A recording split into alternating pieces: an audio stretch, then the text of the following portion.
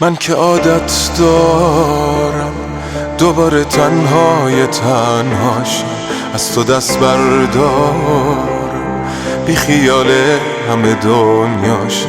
چه دلی داری که باز با من میمون؟ من که فرصت دارم دوباره برگردم از اول، عشق بیازارم، به دلت بد کردم از اول. چه دلی داری که باز با من میمونی؟ من بمیرم واسه بهترین روزای عمرت رفت، اون که باید میمون حرفتو شنید و ساکت. پس تو کی میفهمی عشق من عشق نبود؟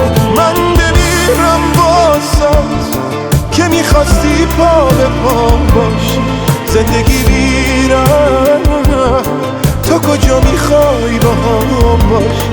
پس تو کی میفهم عشق من عشق نبود؟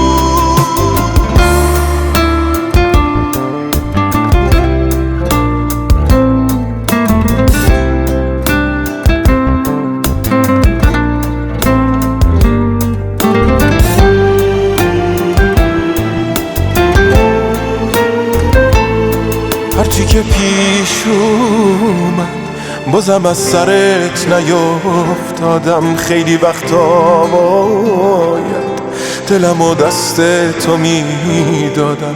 چه دلی داری که باز با من میمونی؟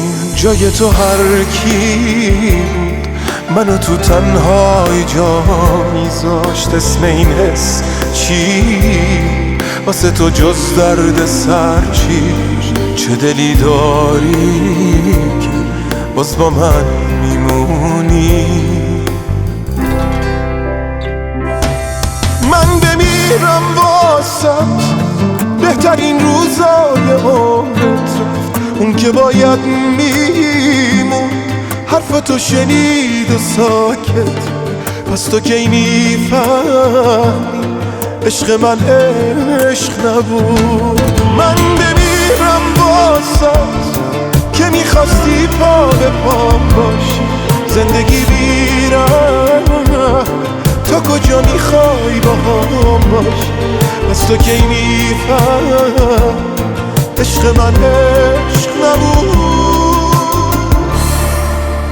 گرشا رضایی.